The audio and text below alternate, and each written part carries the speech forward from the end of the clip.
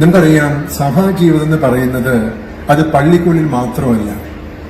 ഒരു കാലത്ത് നമുക്ക് ഇവിടേക്ക് കടന്നു വരാനായിട്ട് സഭാ ശുശ്രൂഷകൾ കടന്നു വരാൻ സഭയ്ക്ക് ഔദ്യോഗികമായിട്ടുള്ള അവസരങ്ങൾ ലഭിക്കാതിരുന്ന സാഹചര്യത്തിൽ നിങ്ങൾ SMCA രൂപീകരിച്ചു. SMCAയിലൂടെയാണ് വൈദികരെയും ധ്യാനഗുരുക്കന്മാരെയും ഒക്കെ കൊണ്ടുവന്ന് നിങ്ങൾ വിശ്വാസം കാത്തു സൂക്ഷിച്ചത്. അത് വലിയ മഹത്തായ കാര്യമാണ്. അതിന് നേതൃത്വം വഹിച്ചതാണ് SMCA. അതുകൊണ്ട് നമുക്ക് സീറോ മലബാർ സഭയ്ക്ക്, കത്തോലിക്ക സഭയ്ക്ക് ഒരിക്കലും മറക്കാൻ പറ്റാത്തൊരു സംഘടനയാണ്, ഓർഡർ സംഘടനയാണ്, രജിസ്റ്റേർഡ് സൊസൈറ്റിയാണ് SMCA. അത് പരസ്യമായി ഏറ്റുപറയാനായിട്ട് ഞാൻ ആഗ്രഹിക്കുകയാണ്. അതുകൊണ്ട് പള്ളിക്കുള്ളിൽ മാത്രമല്ല സഭാജീവിതം, പള്ളിക്ക് പുറത്തും സഭാജീവിതമുണ്ട്. ആ സഭാജീവിതത്തിൽ അതാണ് പള്ളിക്കുള്ളിൽ നിങ്ങൾക്ക് നമ്മുടെ പവർഫുൾ സോഴ്സ് അത് യേശുവാണ്. ആ യേശുവിലാണ് വിശുദ്ധ കുർബാനയും കൂദാശ സ്വീകരണങ്ങളും വചനപ്രഘോഷണം ഒക്കെ കഴിഞ്ഞ് പുറത്തിറങ്ങുമ്പോൾ ആ വചനപ്രഘോഷത്തിൽ നിന്ന്, കൂദാശ സ്വീകരണത്തിൽ നിന്ന് സ്വീകരിച്ച ഊർജം അത് നാനാജാതി മതസ്ഥരിലേക്ക് എത്തിച്ചു കൊടുക്കാനുള്ള ഉത്തരവാദിത്വമാണ് യഥാർത്ഥത്തിൽ SMCAയിലൂടെ നിങ്ങളിപ്പോൾ നിർവഹിച്ചുകൊണ്ടിരിക്കുന്നത്. ചാരിറ്റി പ്രവർത്തനങ്ങളിലൂടെ, സാമൂഹികമായിട്ടുള്ള ഔട്ട്റീച്ചുകളിലൂടെ, അതുപോലെ തന്നെ നേരത്തെ പ്രസിഡന്റ് സൂചിപ്പിച്ചതുപോലെ പലതരത്തിൽ അവശതകളും ബുദ്ധിമുട്ടുകളും തടസ്സങ്ങളും വെല്ലുവിളികളും നേരിടുന്ന കുടുംബങ്ങളെയും വ്യക്തികളെയും നിങ്ങൾ സ്വന്തമായി കരുതി ഇന്ത്യൻ എംബസി വഴി, കുവൈറ്റ് ഗവൺമെന്റൊക്കെ വഴി ഇടപെട്ട് രജിസ്റ്റേർഡ് സൊസൈറ്റി നിലയിൽ പ്രവർത്തിക്കാനും എല്ലാം നിങ്ങൾക്ക് കൊടുക്കുന്ന ആ ലീഡർഷിപ്പ് ഏറ്റവും മഹത്തായ ഒരു കാര്യമാണ്. അതുകൊണ്ട് നിങ്ങൾ എല്ലാവരെയും ഞാൻ ഈ അവസരത്തിൽ ആശംസിക്കുന്നു. പള്ളിക്കുള്ളിൽ മാത്രം പ്രവർത്തനം പോരാ, അത് പള്ളിക്ക് പുറത്തുണ്ടാകണം. അതിനാണ് നിങ്ങൾ പ്രത്യേകിച്ചും ഇന്നത്തെ സാഹചര്യത്തിൽ നേതൃത്വം വഹിക്കുന്നത്. അതിൽ വലിയ സന്തോഷമുണ്ട്. 2-3 കാര്യങ്ങൾ നമ്മൾ ഈ അവസരത്തിൽ ഓർക്കുന്നത് നല്ലതാണ്. ഒന്ന്, SMCA എന്ന് പറയുമ്പോൾ അതിന് സീറോ മലബാർ സഭയിൽ നിന്ന് വ്യത്യസ്തമായിട്ടുള്ള ഒരു അസ്തിത്വമില്ല. അതിൽ നിന്ന് മാറി നിന്നുകൊണ്ടുള്ള അസ്തിത്വം ഉണ്ടാകാൻ പറ്റില്ല. കാരണം സീറോ മലബാർ കൾച്ചറൽ അസോസിയേഷൻ ആണ് പറയുന്നത്.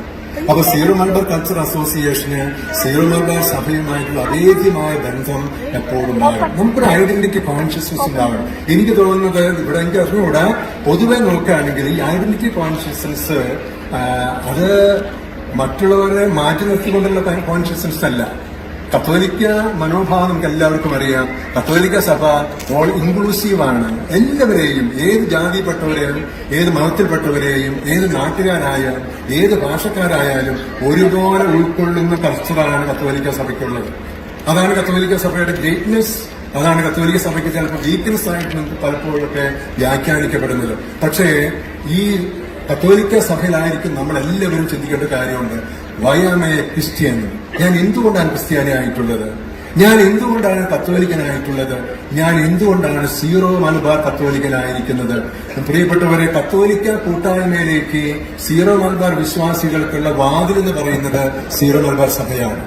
അതുകൊണ്ടാണ് ഞാൻ നേരത്തെ പറഞ്ഞത്, SMCA എന്ന് പറയുമ്പോൾ, സീറോ മലബാർ കൾച്ചറൽ അസോസിയേഷൻ എന്ന് പറയുമ്പോൾ സഭയിൽ നിന്ന് വ്യത്യസ്തമായിട്ടുള്ള അസ്തിത്വം നമുക്കില്ല. അതുകൊണ്ട് ഈ ഐഡന്റിറ്റി കോൺഷ്യസ്നെസ് നമ്മുടെ ജീവിതത്തിൽ ഉണ്ടാകണം. രണ്ടാമത്തെ കാര്യം എന്ന് പറയുന്നത്, നമുക്ക് ദൗത്യബോധം വേണം. നിങ്ങൾക്കറിയാലോ, നമ്മൾ ഈ കുവൈറ്റില് കേരളത്തിന്റെ, ഇന്ത്യയുടെ ഇതര ഭാഗങ്ങളിൽ നിന്നൊക്കെ ഇവിടേക്ക് നിങ്ങൾ കുടിയേറിയിട്ടുണ്ടെങ്കിൽ you are suppose to be the ambassadors and missionaries of the Syro Malabar church.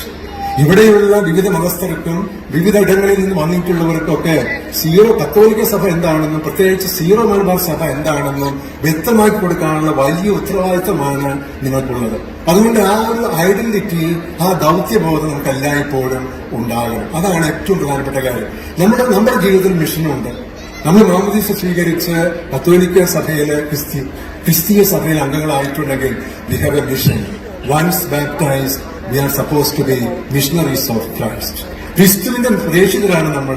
അപ്പോ മാമോദീസ സ്വീകരിച്ചു കഴിഞ്ഞാൽ അതിനാൽ തന്നെ we are called to be missionaries. Not only the priests, not only the religious, all the Catholics, all the Christians baptized in the name of the Most Holy Trinity. അപ്പൊ അതുകൊണ്ട് ഈ ഒരു ദൗത്യബോധം നമുക്കുണ്ടാകണം. പൗലോസ്ലീഹയുടെ ജീവിതത്തിൽ ഒരു കാര്യം നമുക്ക് ഓർക്കണം. പൗലോസ്ലീഹ സാവൂളായിരുന്നു, മാനസാന്തരപ്പെട്ടു. അത് കഴിഞ്ഞ് നമുക്കറിയാം, യഹൂദന്മാരെ സംബന്ധിച്ചിടത്തോളം വിവാഹം കഴിക്കാതെ ജീവിതം ചിന്തിക്കാൻ സാധിക്കില്ല അവർക്ക്. കാരണം ജീവിത പങ്കാളി ലഭിക്കാത്തവൻ, കുടുംബമില്ലാത്തവൻ, ശപിക്കപ്പെട്ടവനാണ്, ദൈവത്തിന് മുമ്പിൽ സ്വീകാര്യതയില്ലാത്തവനാണെന്ന് ചിന്തിച്ചിരുന്ന ഒരു യഹൂദ സമൂഹത്തിൽ പിറന്ന ഈ സെന്റ് പോള് മാനസാന്തരത്തിന് ശേഷം 27-28 വയസ്സ് പ്രായം. നമുക്കറിയാമല്ലോ, കർത്താവിനേക്കാൾ 9 വയസ്സ് താഴെയായിരുന്നു പൗലോസ്ലീഹ. കർത്താവ് മരിക്കുമ്പോ പൗലോസ്ലീഹയ്ക്ക് 24 വയസ്സ് മാത്രമേ പ്രായം ഉണ്ടായിരുന്നുള്ളൂ. അപ്പോ പതിവ് പോലെ അമ്മയും അപ്പനും അതുപോലെ തന്നെ സഹോദരന്മാരൊക്കെ ചോദിച്ചു, സാവൂൾ എന്തുകൊണ്ടാണ് കല്യാണം കഴിക്കാത്തത്? ഉടൻ തന്നെ സാവൂൾ പറഞ്ഞു, please wait, I have a greater mission in my life. നിങ്ങൾ ഉദ്ദേശിക്കുന്നതിനേക്കാൾ വലിയ മിഷൻ എനിക്കുണ്ട്, അതുകൊണ്ട് ഞാൻ കല്യാണം കഴിക്കുന്നില്ല. ആ ഒരു ദൗത്യവുമായിട്ടാണ് ഞാൻ മുന്നോട്ട് പോകുന്നത്. അദ്ദേഹത്തിന്റെ മാനസാന്തരത്തിന് ശേഷം പൗലോസ് പറയാണ്. അതുകൊണ്ട് നമ്മുടെ കുവൈറ്റിലായിരിക്കുമ്പോൾ നമ്മൾ ചിന്തിക്കണം, I am a Catholic, I am a zero Malabar Catholic, I am suppose to be the ambassador missionary of Syro Malabar church. അപ്പൊ അതുകൊണ്ട് ആ ഒരു ദൗത്യബോധം എവിടെയാണെങ്കിലും എന്റെ സാന്നിധ്യവും എന്റെ പ്രവർത്തനങ്ങളും എന്റെ ഇടപെടലുകളും ഈ ഒരു കാഴ്ചപ്പാടിലേക്ക് സീറോ മലബാർ സഭ അംഗങ്ങളുടെ പ്രത്യേകത എന്താണ് എന്ന് കാണിച്ചു കൊടുക്കുന്ന രീതിയിലേക്ക് വളരാൻ നമുക്ക് സാധിക്കണം. അതിന്റെ ആ രീതിയിലുള്ള കാഴ്ചപ്പാടും ദർശനവും ഉണ്ടായിരുന്നുകൊണ്ടാണ് നമുക്ക് മുമ്പ് കടന്നുപോയവര് ഇങ്ങനെ ഒരു സംഘടന രൂപീകരിച്ച് സഭാ സംവിധാനം വരുന്നതിന് മുമ്പ് തന്നെ അവരിലൂടെ ധ്യാനത്തിനും കുർബാനയ്ക്കും മറ്റു കാര്യങ്ങൾക്കൊക്കെ സൗകര്യങ്ങൾ ഏർപ്പെടുത്തി കൊടുക്കാനായിട്ട് പരിശ്രമിച്ചത്. ഈ ഒരു ചിന്ത പ്രിയപ്പെട്ടവരെ നമുക്കുണ്ടാകണം. അപ്പോൾ ഐഡന്റിറ്റി കോൺഷ്യസ്നസ് ഉണ്ടാകണം.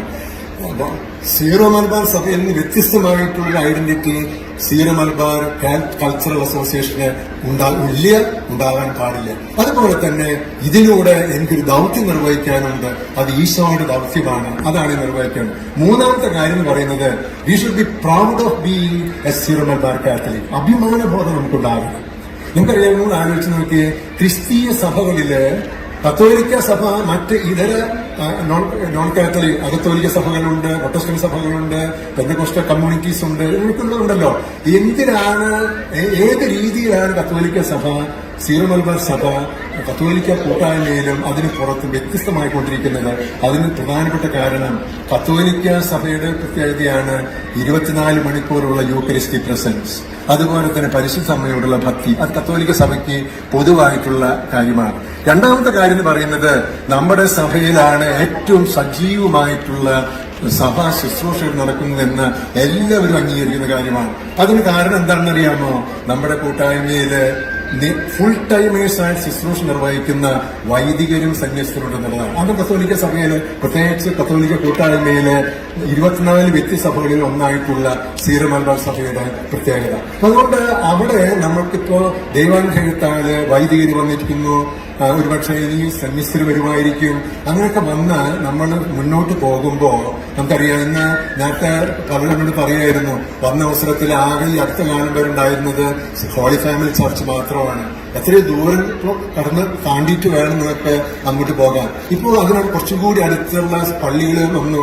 പള്ളികൾ പണിയാൻ പറ്റിയില്ലെങ്കിൽ അതിൻ്റെതായ സംവിധാനങ്ങൾ ഏർപ്പെടുത്തി. അതിന്റെ പേരിലുണ്ടായ സഭയുടെ വളർച്ച, സജീവത്വം.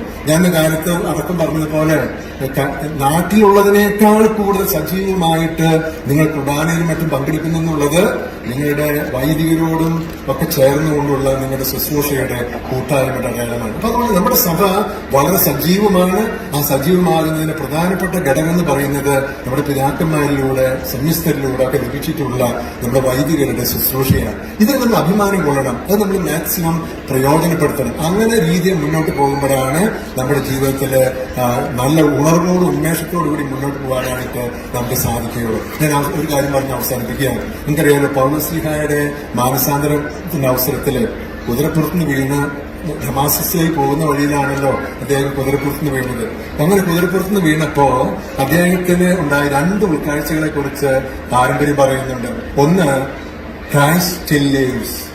ദുഃഖവെള്ളിയാഴ്ച കുരിശിൽ തൂക്കപ്പെട്ടവൻ അല്ല, കർത്താവ് ഇന്നും ജീവിക്കുന്നു എന്നുള്ള തിരിച്ചറിവാണ് സാവൂളിനുണ്ടായത്. ക്രിസ്തുവിനെയും ക്രിസ്തുവിൽ വിശ്വസിക്കുന്നവരെയും മർദ്ദിച്ചുകൊണ്ടിരുന്ന സാവൂള് ക്രിസ്തു ശിഷ്യനായി മാറിയതിന്റെ ചരിത്രം എന്ന് പറയുന്നത് ഇന്നും ജീവിക്കുന്നവനാണ് ക്രിസ്തു എന്നുള്ള ചിന്തയാണ്.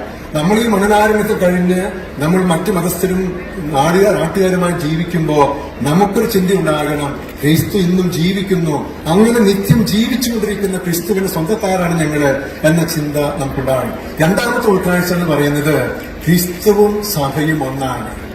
ക്രിസ്തുവും സഭയും ഒന്നാണ്. സഭയ്ക്ക്